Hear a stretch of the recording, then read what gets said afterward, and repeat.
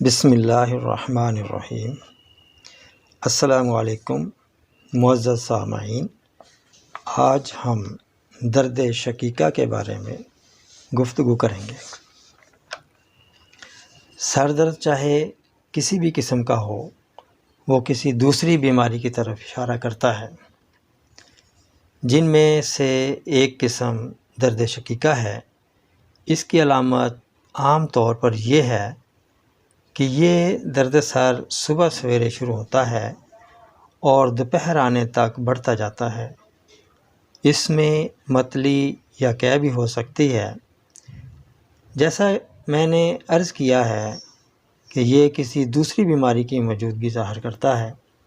مثلاً اس کی وجہ کبھی نزلہ زکام کا صحیح علاج نہ ہونے سے بلغمی رطوبات دماغی نالیوں میں جم جاتی ہیں۔ جب حرارت ملتی ہے تو درد کا احساس ہونے لگتا ہے، اور کبھی ذہنی پریشانیاں، قبض، سخت گرمی یا سردی میں کام کرنا، کبھی موروثی بھی ہوتا ہے۔ بلڈ پریشر ہائی تب بھی ہو جاتا ہے، اگر بلڈ پریشر ہائی ہو تو بھی ہو سکتا ہے۔ عورتوں میں حیض کی خرابی بھی اس کا سبب ہوا کرتا ہے۔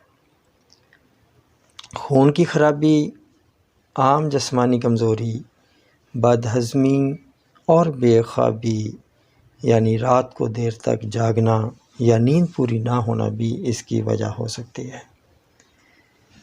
تو اس کے لیے ایک بہترین نسخہ آپ کے لیے لایا ہوں، یہ آپ استعمال کریں تو انشاءاللہ تعالی پرانے سے پرانا درد شقیقہ بھی ختم ہو جائے گا۔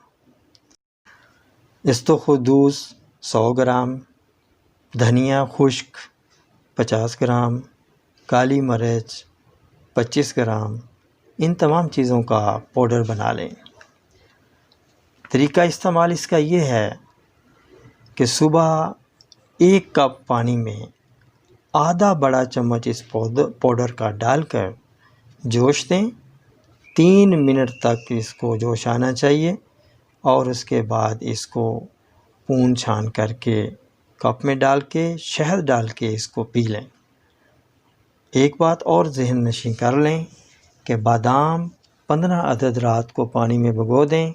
صبح اس کے اوپر جو براؤن جھلی ہوتی ہے وہ تھوڑی سی پھول جائے گی، اس کو آسانی سے آپ اتار سکتے ہیں، وہ اتار دیں، اور اس کو ایک ایک بادام کو ایسا چبا چبا کے کھائیں کہ یہ ایسے ہو جیسے ہم اس کی سردائی بناتے ہیں تو اس کو صحیح گھوٹا لگاتے ہیں، کہ اس کو انتہائی باریک کر لیتے ہیں۔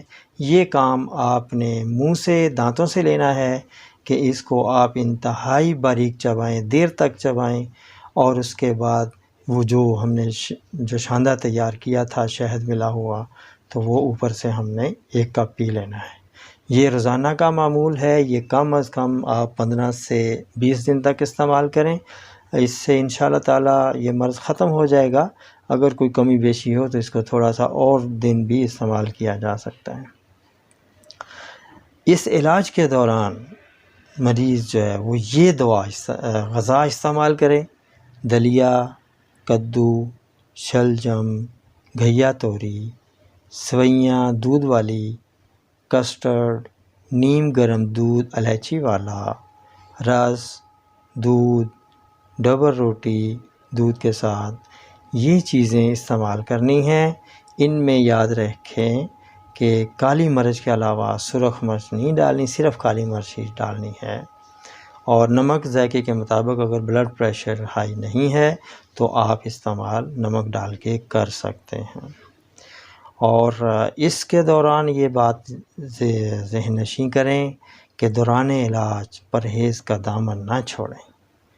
اور آخری بات کہ نظام انہضام کا بھی اس میں بڑا عمل دخل ہوتا ہے، تو ہم یوں کریں گے کہ دھنیا سبز، پودینہ سبز، کالی مرچ حسب ذائقہ نمک ڈال کے ہم اس کی چٹنی بنا لیں گے، وہ تازہ روٹی کے ساتھ استعمال کریں گے۔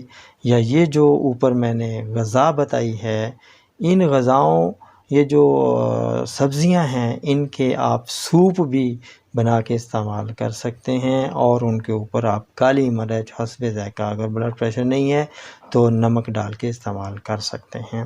اللہ تعالیٰ صحت عطا فرمائے۔ امید ہے کہ آپ کو ہماری یہ ویڈیو پسند آئی ہوگی اور بڑی معلوماتی ہے، اور آپ کو انشاءاللہ تعالیٰ ایسی ہی معلوماتی ویڈیوز ہم آپ کو پہنچاتے رہیں گے، تو ہمارے ساتھ رہیے۔ السلام علیکم ورحمۃ اللہ وبرکاتہ۔